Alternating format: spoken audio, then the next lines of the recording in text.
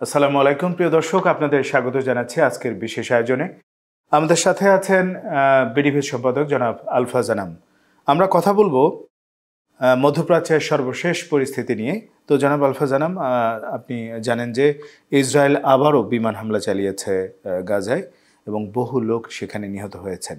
তো এর মাধ্যমে কি দ্বিতীয় দফার যে চুক্তিটা হওয়ার কথা ছিল সেটা শেষ হয়ে গেল? যুদ্ধবিরতি চুক্তি আপাতত অকার্যকর হয়ে পড়ল। ফলে ইসরায়েল এই যে গত রাতে যে বিমান হামলা চালিয়েছে, এইটা একটা বড় মানবিক বিপর্যয় তৈরি করতে যাচ্ছে এবং এটা খুবই বিশ্বের জন্য একটা খুব একটা বলবো যে খুব হতাশাজনক ব্যাপার। প্রায় 1 বছরের যুদ্ধের পরে যে যুদ্ধবিরতিটা কার্যকর হয়েছিল, সবাই আশা করেছিল যে এটা দ্বিতীয় ধাপে উন্নীত হবে এবং প্রথম পর্যায়টা ভালোভাবেই কার্যকর হয়েছিল। এখানে প্রেসিডেন্ট ট্রাম্পের যে এর আগের দফা যুদ্ধবিরতি কার্যকর করতে ট্রাম্পের যে ভূমিকা সেটা প্রশংসিত হয়েছিল। আবার এখন আবার ইসরায়েলের যে হামলা, এবং এখানে আমরা দেখছি যে হোয়াইট হাউসকে অবহিত করেই ইসরায়েল এই বোমা হামলা চালিয়েছে। তার মানে হচ্ছে যে যুদ্ধবিরতি কার্যকর করার ক্ষেত্রে যুক্তরাষ্ট্র বা ট্রাম্প প্রশাসন হয়তো আগের মতো আর এফোর্ট নাও দিতে পারে, বা একটা গ্রিন সিগন্যাল দিয়েছে গাজায় এই অমানবিক হামলার চালানোর ক্ষেত্রে। আপনি জানেন যে ইতিপূর্বে আমরা যে কয়েকটা বিষয় লক্ষ্য করেছিলাম, হঠাৎ করেই আমরা অনেকটা অবিশ্বাস্যভাবেই ডোনাল্ড ট্রাম্প ঘোষণা করলেন যে গাজা তিনি দখলে নেবেন। তারপর আবার ঘোষণা থেকে হঠাৎ করেই সরে গেলেন এবং তারপর দেখা যাচ্ছে যে আবার বিমান হামলা। তার মানে হচ্ছে এটাকেই, আপনার কাছে কি মনে হয়, এটা কি তাদের দ্বিতীয় কোনো প্ল্যান? যে হ্যাঁ, এটা হয়তো সেই রকমই। কারণ আরব দেশগুলো একটা ভালো দিক হচ্ছে যে গাজা থেকে গাজাবাসীকে সরিয়ে দেওয়ার যে ট্রাম্পের অভিপ্রায়, নেতানিয়াহুর যে আকাঙ্ক্ষা, এটা এখন পর্যন্ত কোনো আরব দেশ তাতে সম্মত হয়নি। এটা হচ্ছে একটা আশার দিক। আর সম্ভবত আরব দেশগুলোর অবস্থানের কারণেই ট্রাম্প কিছুটা পিছু হটেছিলেন। কিন্তু আবারও আপনি তো জানেন যে ইহুদি লবি ইসরায়েল অনেক শক্তিশালী, এবং গাজা নিয়ে ট্রাম্পের যে অভিলাষ, এখানেও একটা বড়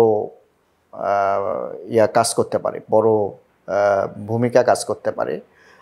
সেই দিক দিয়ে হয়তো তারা এখন এই কৌশলে নিয়েছে যে মানুষ মেরে, হত্যা চালিয়ে, ধ্বংসযজ্ঞের মধ্য দিয়ে এলাকাটাকে জাতিগত রাইট, আপনি ঠিক কথাই বলছেন যে জাতিগত নিধনের মাধ্যমে ওই জায়গাটাকে দখলে নেয়া। কিন্তু সেটির প্রভাব হবে অত্যন্ত সুদূর প্রসারী। এ থেকে কিন্তু ইজিপ্ট বা পার্শ্ববর্তী আরব দেশগুলো রক্ষা পাবে না। সেই দিক দিয়ে আরব দেশগুলোর প্রতিক্রিয়া কি হয়, এটা একটা দেখার বিষয়। সেক্ষেত্রে হামাস এবং অন্যান্য প্রতিবেশী যে অ্যালায়েন্সগুলো আছে, যে জোটগুলো আছে, তারা কি করতে পারে বলে আপনি মনে করছেন? দেখুন, হামাস তো দীর্ঘ সময় প্রতিরোধ যুদ্ধ চালিয়েছে, ফলে তারা অবশ্যই আগের মতো শক্তিশালী অবস্থানে নাই। এবং আবার ইসরায়েলি সৈন্যরা গাজায় আবার ঢুকবে কিনা, এখনও কিছু সৈন্য তো আছে, আবার ফিরে আসবে কিনা, এবং সেক্ষেত্রে যুদ্ধ ফর্মটা কী ধরনের রূপ নেয় এটা দেখার বিষয়। তবে এটা স্বীকার করতে হবে যে হামাস আগের মতো ওই স্ট্রেংথ তো নেই, কিন্তু হামাস থেমে যাবে তাও না। তারা যুদ্ধ হয়তো চালিয়ে যাবে এবং তাদের সামনে আর কোনো পথও খোলা নেই, তাদেরকে যুদ্ধ করতেই হবে। এদিকে ট্রাম্প আবার অনেকটা প্রকাশ্যেই ইয়েমেনি যোদ্ধারা, আপনি জানেন যে ইয়েমেনি যোদ্ধারা যেহেতু আবার তাদের অভিযান শুরু করেছে এবং গতকালও তারা মার্কিন বিমানবাহী রণতরীতে হামলা চালিয়েছে। সেই সাথে ডোনাল্ড ট্রাম্পের বিষয়টা যদি আপনি দেখেন, তিনি অনেকটা হুমকি দিয়েছেন ইরানকে যে ইয়েমেনিদের পেছনে এবং হামাসের পেছনে তাদের যে অবস্থান আছে সেটা থেকে যেন তারা সরে যায়। তো এই বিষয়টা আপনি কীভাবে দেখছেন? এইটা খুবই একটা নতুন দেখা যাচ্ছে। আমরা আশা করছিলাম যে ট্রাম্প তার বিজনেস ইন্টারেস্টের জায়গা থেকে হলেও ভূমধ্যসাগর বা ওই অঞ্চলটাকে এটা সিকিওর, বা যাতে সংঘাত সহিংসতার মধ্যে না যায়, তেমনটাই হয়তো নীতি গ্রহণ করবেন।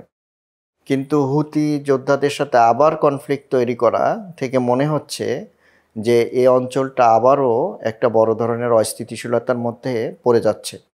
এবং হুতিরা তো নন স্টেট অ্যাক্টরসের মতো, হ্যাঁ, তারা তো তাদেরকে তো এইভাবে বিমান হামলা দিয়ে দমন করা যাবে না। তারা তাদের তো এই কতজন মারা গেল বা কী ধরনের সমরাস্ত্র আছে এইটা ইম্পর্টেন্ট না, ইম্পর্টেন্ট হচ্ছে তারা একটা যোদ্ধা জনগোষ্ঠী হিসেবে ইমার্জ করছে এবং সেটা তারা চালিয়ে যাবে।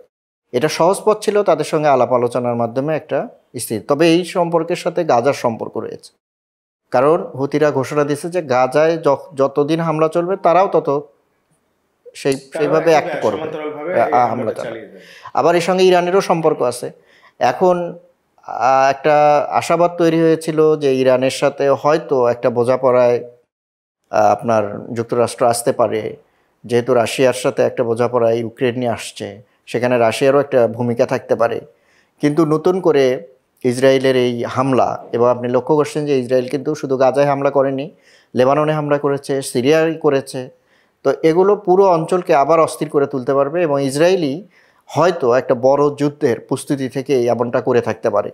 সেক্ষেত্রে ইরানের হামলাকেও, ইরানে যুক্তরাষ্ট্র বা ইসরায়েলের হামলাকে উড়িয়ে দেওয়া যায় না। আমরা সিরিয়াতে দেখেছি যে বিশেষ করে আসাদ সরকার পরবর্তী অবস্থায় দ্রুত বিভিন্ন গুরুত্বপূর্ণ স্থাপনা বা গুরুত্বপূর্ণ স্থান তারা দখল করেছে। একই সাথে তারা লেবাননে যুদ্ধবিরতি লঙ্ঘন করে অনেক শহর আটকিয়ে রেখেছে। আরও অনেক অ্যাগ্রেসিভ মুভমেন্ট তাদের সাম্প্রতিক লক্ষ্য করা যাচ্ছে। তো সব মিলিয়ে কি মনে হয় আসলে ইসরায়েলকে, যেহেতু হোয়াইট হাউসের অনুমোদন নিয়েই তারা এটা করছে, তো সব মিলিয়ে কি মনে হয় এখানে তুরস্কের একটা বড় ধরনের ইনফ্লুয়েন্স আছে আপনি সিরিয়ার স্থিতিশীলতার ক্ষেত্রে? এবং প্রেসিডেন্ট এরদোয়ান বারবার বলেছেন যে সিরিয়ার স্থিতিশীলতা রক্ষায় তিনি কাজ করবেন। সেক্ষেত্রে আমরা কি আগামীতে কি দেখতে পাচ্ছি? ইসরায়েল এবং টার্কি একটা মুখোমুখি অবস্থা হবে কিনা, বা এই ধরনের অবস্থা তৈরি হতে পারে কিনা, আপনি কি মনে করেন? না, ইসরায়েল তুরস্ক মুখোমুখি হবে এমনটা আমি খুব একটা মনে করছি না। কিন্তু এখানে তুরস্কের স্বার্থ আর ইসরায়েলের স্বার্থ তো ভিন্ন। তুরস্ক তো চাচ্ছে যে কুর্দি যে সশস্ত্র গোষ্ঠীগুলো, ওগুলোকে নিউট্রালাইজ করা, যদিও ওগুলোর পিছনে ইসরায়েল এবং যুক্তরাষ্ট্রের সমর্থন আছে। যুক্তরাষ্ট্রের সমর্থন কিন্তু এগুলো কমে আসছে। সেই দিক দিয়ে তুরস্ক এখন এক ধরনের একটা ভালো অবস্থানে আছে। কিন্তু একই সাথে তার জন্য একটা সমস্যা হচ্ছে যে সিরিয়ায় যে সরকারটা আছে এটা তো তুরস্ক সমর্থিত সরকার। তো সেখানে ইসরায়েল যদি এইভাবে সিরিয়ার সীমান্ত লঙ্ঘন করে, সেটা এই সরকারের জন্য একটা বিব্রতকর অবস্থা তৈরি করবে। তো এইটা কিভাবে মোকাবেলা করবে আগামী দিনে, এবং সিরিয়ার তো ওই অবস্থা এখন নেই যে একটা ইসরায়েলের সাথে যুদ্ধে জড়িয়ে পড়বে বা এরকম অবস্থা নেই। তাছাড়া এখানেও নানান রকম কমপ্লেক্স আছে। লেবাননের যেমন হিজবুল্লার মতো মিলিটেন্ট একেবারে ট্রেন্ড আপ সশস্ত্র গোষ্ঠী আছে। তো সিরিয়াতে ওইভাবে ইউনাইটেড কোনো ফোর্স এই মুহূর্তে নাই। আর তুরস্ক যেটা করছে যে একটা স্থিতিশীলতা রেখে কুর্দি সশস্ত্র গোষ্ঠীগুলোকে নিষ্ক্রিয় করা এবং তাদের সঙ্গে ইতিমধ্যে আলোচনা শুরু করতে যাচ্ছে আর কি। সেই দিক দিয়ে তুরস্কের ইন্টারেস্টটা ডিফারেন্ট। আর ইসরায়েল চাচ্ছে যে পুরো অঞ্চলের উপর আপনার সিরিয়া এবং লেবাননের এই অঞ্চলটা আসলে তার নিয়ন্ত্রণে নিয়ে নেওয়া। আর যেহেতু এখন সিরিয়ায় ওই ধরনের কোনো সামরিক বাহিনী নাই, এই সুযোগটা ইসরায়েল নিতে যাচ্ছে। তো জনাব আলফাজ আনাম, আপনাকে অসংখ্য ধন্যবাদ আমাদের সাথে এসে সময় দেওয়ার জন্য। প্রিয় দর্শক, আমরা কথা বললাম মধ্যপ্রাচ্যের বিভিন্ন ইস্যু নিয়ে। পরবর্তীতে আমরা আরও অনেক বিষয় নিয়ে কথা বলবো। সেই পর্যন্ত সবাই ভালো থাকুন, সুস্থ থাকুন আর দেখতে থাকুন বিডি ভিউজ। আল্লাহ হাফেজ।